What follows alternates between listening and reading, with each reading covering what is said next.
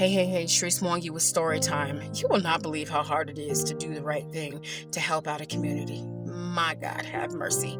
Like literally, I'm calling on Jesus to give me some help. And this is why. So, over the last week, we have had some leaders, high up leaders, officials come to our house to question us about why we feed so many children. And one of the things that was said is that, well, when you're trying to create a child army or something of that effect, you feed them. It starts off with you feeding them. Well, my response is that my gate is open, and this is why it says community-based organization, because we are open to the community. It doesn't make a difference whether you are a child, whether you're a grandmother, a grandfather, or uncle. Anyone is most welcome to come and have a meal.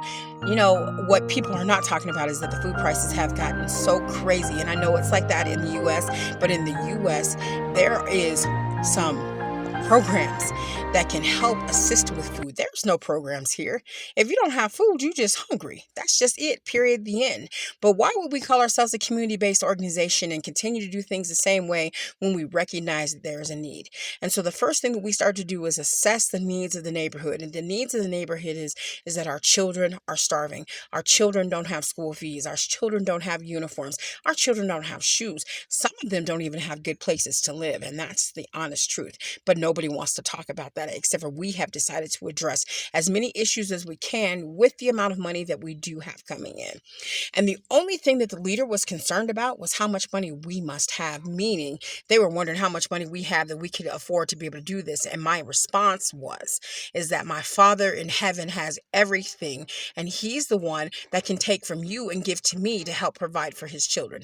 That was my answer, because I know when people start prying into how much money you have, that must mean that they probably come in some way to try and find fault with you to see if they can get some money out of you as a bribe, because this is a corrupt kind of world over here, and that's the honest truth.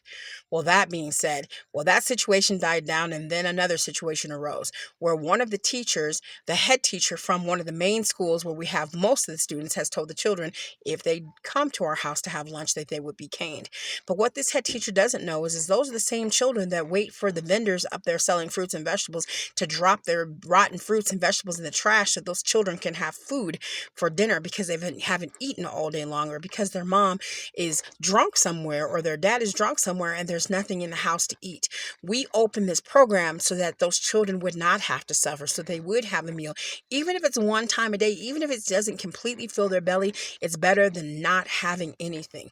So, why am I telling you this story? One, probably because I need to get it off my chest. But two, I think that I better start recording everything that happens,